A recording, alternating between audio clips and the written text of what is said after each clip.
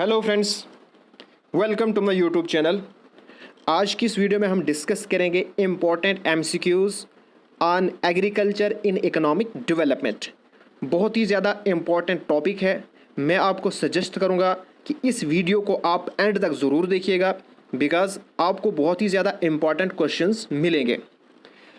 अगर आपको कहीं पे भी कोई डाउट है, डिस्क्रिप्शन में मेरा व्हाट्सएप नंबर है, वहाँ से आप मुझे अपना डाउट पूछ सकते हो।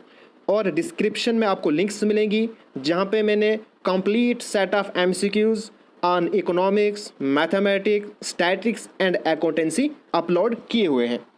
Now let us start. हमारे पास फर्स्ट क्वेश्चन है, Indian agriculture is typically characterised as. Now characteristics of Indian agriculture क्या है, मतलब इंडियन एग्रीकल्चर में क्या क्या होता है। तो पहला ऑप्शन हम डिस्कस करेंगे, land scarce labour surplus economy. Land scarce मतलब लैंड की कमी है यहाँ पे, ठीक है, ये तो ठीक हो गया। उसके बाद आता है लेबर सरप्लस इकोनॉमी।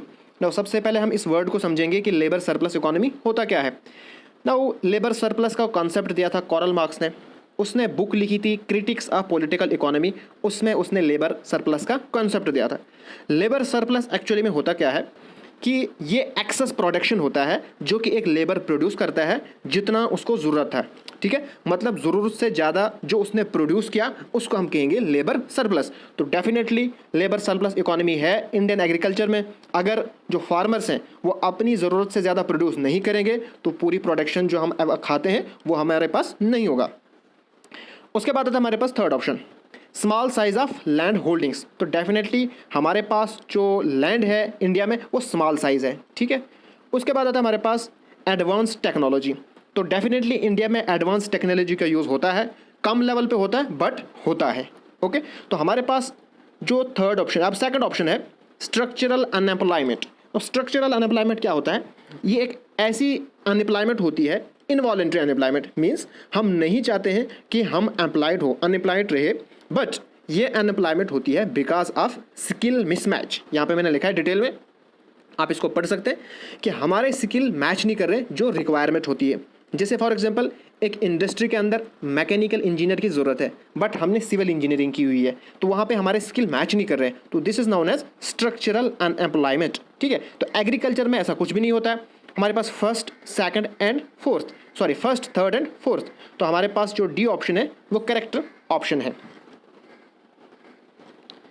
नेक्स्ट हमारे पास क्वेश्चन है, owings to agrarian reforms productivity in the agriculture sector stands to. तो जितने भी एग्रीकल्चर रिफॉर्म हुए हैं उससे एग्रीकल्चर सेक्टर पे क्या फ़र्क पड़ा, तो डेफिनेटली प्रोडक्शन जो वो राइज हो गई है, तो ए option is the correct answer. Next question हमारे पास है, presently what percentage of India's population depend on agriculture for their livelihood. Now at present India की कितनी पॉपुलेशन डिपेंड करती है एग्रीकल्चर के लिए फॉर लिवलीहुड, ठीक है। तो ये डिपेंड करती है मोर देन 50%, ठीक है, according to latest report primary sector, ठीक है। प्राइमरी सेक्टर में आता है एग्रीकल्चर एंड अलाइड सेक्टर, ठीक है। तो ये आती है 58% of population, that is more than 50%। So A option is the correct answer. Next question हमारे पास है, एग्रेरियन रिफॉर्म्स रेफर टू।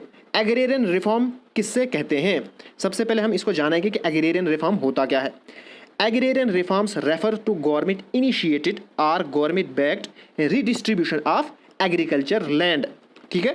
तो एग्रेरियन रिफॉर्म्स क्या होती है कि हम रीडिस्ट्रीब्यूट करें, ठीक है, दोबारा से डिस्ट्रीब्यूट करेंगे एग्रीकल्चर लैंड को, या अगर हम ब्रॉडली इसको क्लासीफाई करेंगे, ब्रॉडली बोलेंगे तो overall redirection of agrarian system, जो पूरा एग्रीकल्चर सिस्टम है, ठीक है, उसको हम दोबारा से रिडायरेक्ट करें, ओके। उसके बाद आता है the World Bank evaluate agrarian reforms using 5 dimensions. कभी कभार इससे भी पूछा जाता है कि जो according to World Bank agrarian reforms में जो 5 डायमेंशंस आती है वो कौन कौन सी है। तो ये आपने याद रखना है, stocks and market liberalisation, land reform, agro processing and input supply channel, urban finance and market institution. तो यहाँ पे देखिए आप फ्रेंड्स, एग्रेरियन रिफॉर्म्स में technical reform in agriculture definitely आएगा, लैंड रिफॉर्म इन एग्रीकल्चर ये भी आएगा। So both A and B is the correct answer. Next question हमारे पास है, which of the following is the reason for backwardness of agriculture in India. हम जानते हैं कि इंडिया का एग्रीकल्चर काफ़ी बैकवर्ड है, तो वो किस वजह से है। नो बात करेंगे हम बैकवर्ड टेक्नोलॉजी, तो यहाँ पे जो टेक्नोलॉजी होती है वो बैकवर्ड है डेफिनेटली। डिपेंडेंसी ऑन रेनफॉल, हमारे पास इतनी इरिगेशन फैसिलिटीज़ नहीं है तो ज़्यादातर डिपेंड होता है रेनफॉल पे, और रेनफॉल भी अनसर्टेन है, कभी होती है कभी नहीं होता और कभी एक्स्ट्रा हो जाती है, तो ये दो तो आएंगे। उसके बाद हम बात करेंगे डेफिसिट इरिगेशन। ना डेफिसिट इरिगेशन होता क्या है? Deficit irrigation is an optimisation strategy in which irrigation is applied during drought sensitive growth stage of a crop. Now जो ये डेफिसिट इरिगेशन है ये एक ऐसी टाइप की इरिगेशन होती है, इसको हम उस टाइम पे अप्लाई करते हैं जब बिल्कुल सूखा पड़ जाता है, ठीक है, जब बिल्कुल ड्राफ्ट होता है, नज़दीक होता है, उस टाइम पे फिर हम इस इरिगेशन को इस्तेमाल करते हैं। तो इस वजह से क्या होता है, जो प्लांट्स हैं उनके ऊपर स्ट्रेस पड़ता है, बिकॉज उनको हम पहले से पानी नहीं देते हैं, जब बिल्कुल ऐसा लगता है कि बहुत सूखा पड़ रहा है तो उस वजह से हम उसको देते हैं, तो उस वजह से क्या होती है, जो प्रोडक्शन है वो कम हो जाती है। तो हमारे पास पहला भी, सेकंड भी और थर्ड भी, तो all of the above are the correct option. Next question हमारे पास है consolidation of holding refer to. ना कंसोलिडेशन ऑफ होल्डिंग होता क्या है? कंसोलिडेशन का मतलब होता है एक्शन और process of making something strong और सॉलिड, एक मजबूत बनाना, ठीक है। तो देखिए, consolidation of land holding means to bring together different pieces of land. अब मजबूत कैसे बनेंगे, जैसे आपने पढ़ा है यूनिटी इज द स्ट्रेंथ, ठीक है। इसी तरह से जब हम छोटे छोटे लैंड के टुकड़ों को इकट्ठा करेंगे, पीसेस ऑफ लैंड को इकट्ठा करेंगे, मर्ज करेंगे, तो एक सिंगल लैंड बनेंगे, ठीक है। तो उसको हम कहेंगे conversion of scattered into unified holding. So A option is the correct answer. Next question हमारे पास है price support policy focus on. देखिए, आजकल पूरे इंडिया के अंदर प्रोटेस्ट चल रहे हैं, फार्मर्स प्रोटेस्ट कर रहे हैं और वो डिमांड कर रहे हैं मिनिमम प्राइस सपोर्ट पॉलिसी, ठीक है। अब ये मिनिमम प्राइस सपोर्ट पॉलिसी किस पे फोकस करती है? देखिए, support price policy is the price initiated to give subsidy और control the prices of a commodity. जो कमोडिटी की प्राइसेस है उनको कंट्रोल करना या सब्सिडी प्रोवाइड करना। The government usually offers support prices to farmer for selling their agriculture products. Now ये जो प्राइस सपोर्ट पॉलिसी है ये किन प्रोडक्ट्स पे होती है? एग्रीकल्चर प्रोडक्ट्स पे। ये क्यों होता है? For getting exploitated and offer them adequate consideration. ये एक प्राइस, एक सपोर्ट, एक मिनिमम प्राइस फिक्स करते हैं जिससे जो फार्मर है वो एक्सप्लॉइटेशन से बचता है। वरना अगर जब इनकी प्रोडक्ट, जब फार्मर्स की प्रोडक्शन होती है तो बहुत ज़्यादा प्रोडक्शन होती है, अगर उस टाइम पे इनको कोई खरीदेगा नहीं, उनको बोलेंगे जब तक ना प्राइसेस कम करोगे हम नहीं खरीदेंगे, तो फार्मर्स को डेफिनेटली बेचना पड़ेगा, ठीक है, बिकॉज वरना वो खराब हो जाएगा, एग्रीकल्चर प्रोडक्ट्स जल्दी खराब हो जाते हैं, ठीक है। इसलिए गवर्नमेंट ने जो है प्राइस सपोर्ट पॉलिसी लाई है जिससे stability of income from farming, income जो फार्मिंग जो है, जो फार्मर्स की इनकम है उसको स्टेबलाइज किया जा सके। So C option is the correct answer. Next question हमारे पास है the main components of evergreen revolution. Evergreen revolution के मेन कंपोनेंट्स क्या हैं? Now evergreen revolution refers to the productive improvement in futility without ecological and social harm. Productivity है।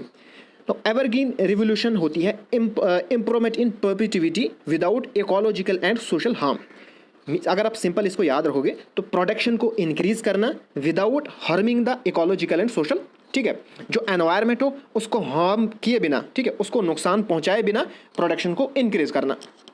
तो इसके क्या क्या कंपोनेंट हो सकते हैं? अब देखिए, अपग्रेडेशन सॉइल हेल्थ, जब हम सॉइल हेल्थ को अपग्रेड करेंगे तो डेफिनेटली वो हार्म नहीं करेगा इन्वायरमेंट को, इकोलॉजी को। उसके बाद promote lab to land demonstration, तो ये भी इसका एक कंपोनेंट है। उसके बाद प्रोमोटिंग रेन वाटर हार्वेस्टिंग, ये भी इसका कंपोनेंट है।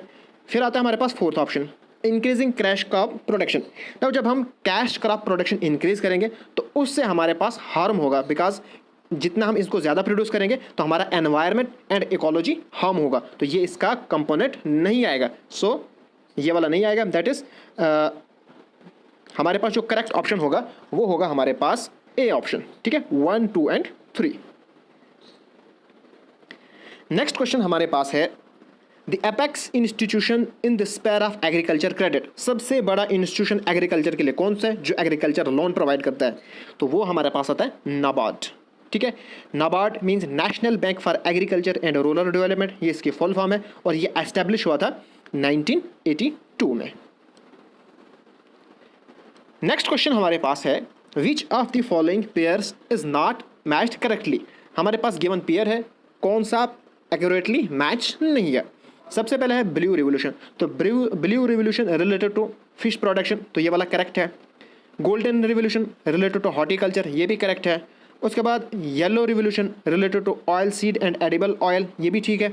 उसके बाद आता हमारे पास रोड रिवोल्यूशन, ये टोमेटो प्रोडक्शन की नहीं है बल्कि पोटैटो प्रोडक्शन, ठीक है।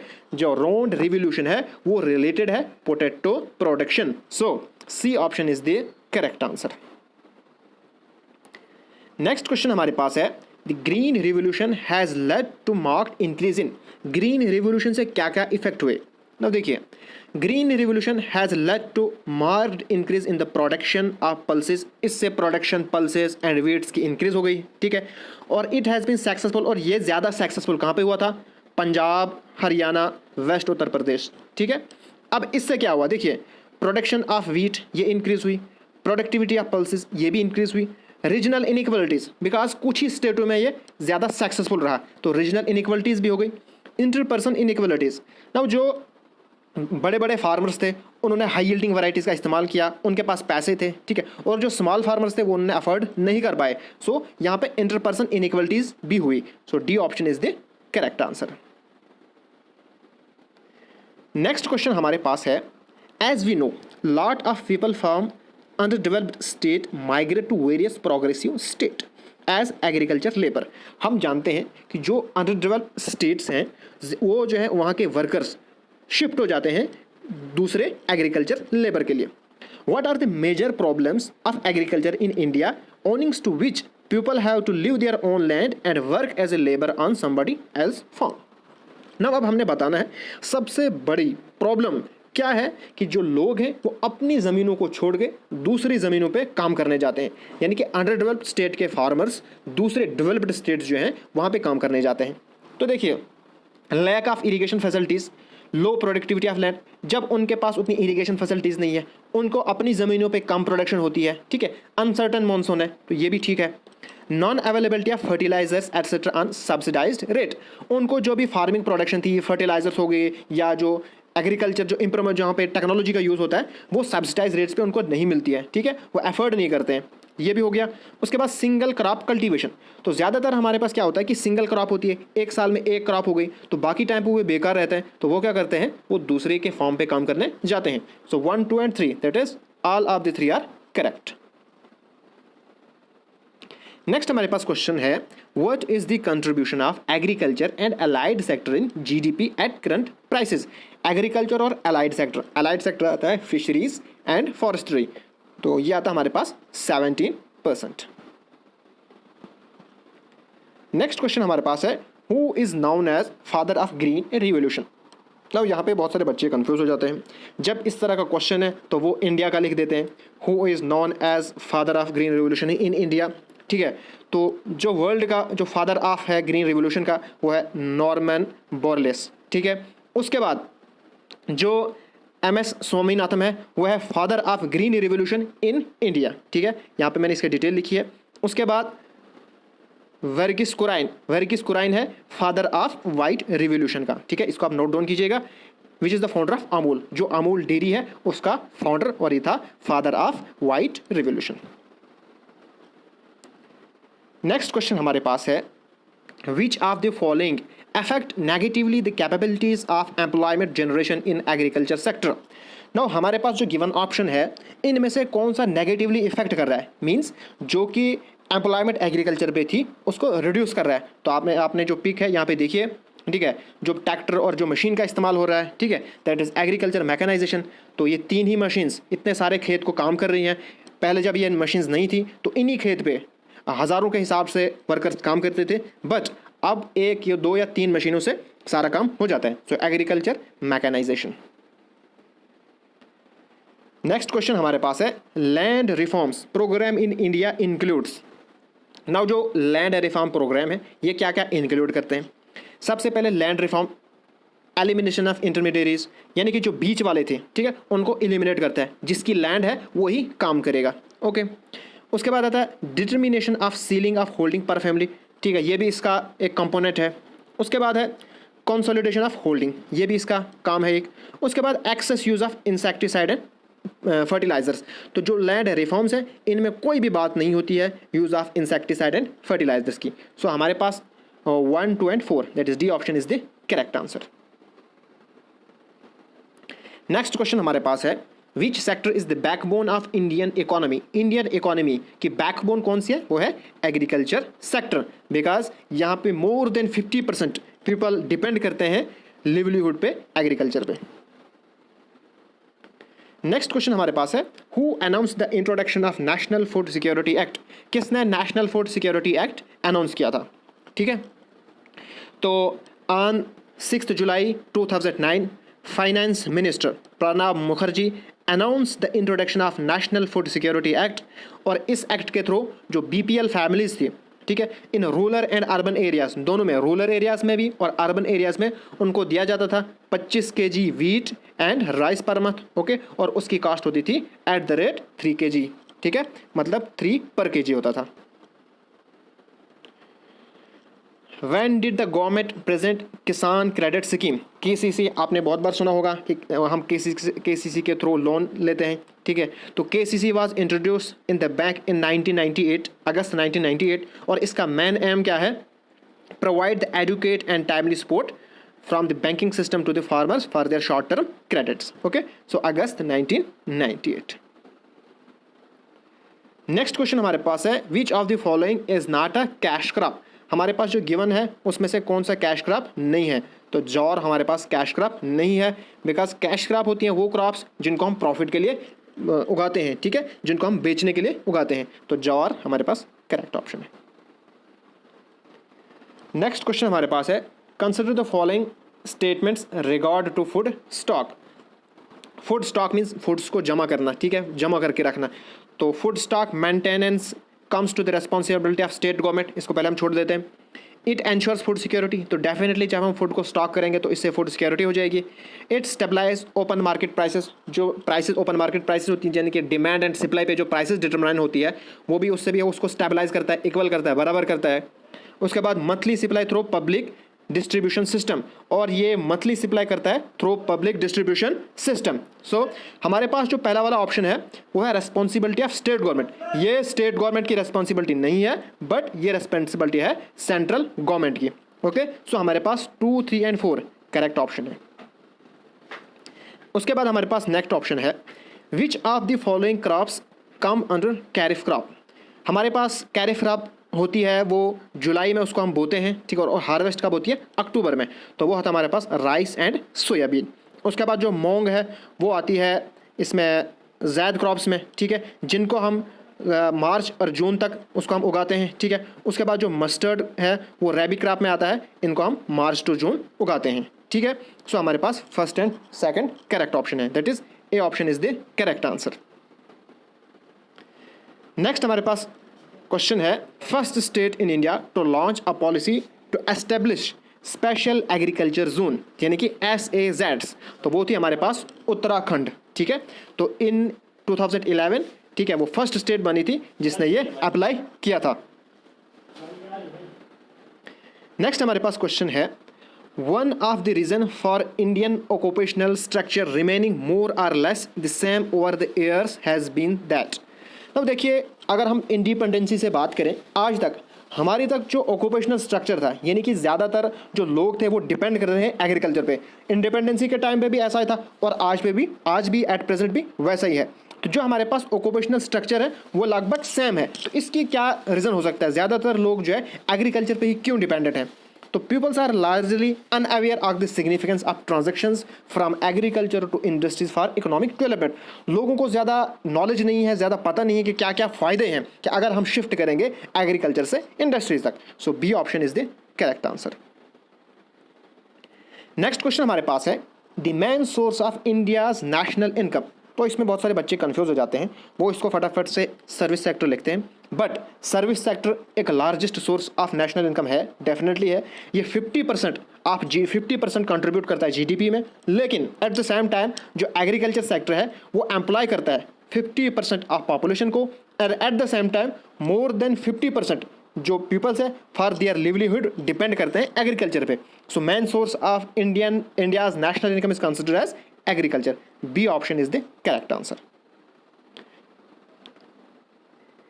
तो फ्रेंड्स, आज की वीडियो में इतना ही। अगर आपको ये वीडियो पसंद आए तो प्लीज़ मेरे चैनल को सब्सक्राइब कीजिए और इस वीडियो को अपने फ्रेंड्स एंड क्लासमेट के साथ ज़रूर शेयर कीजिएगा। Thanks for watching.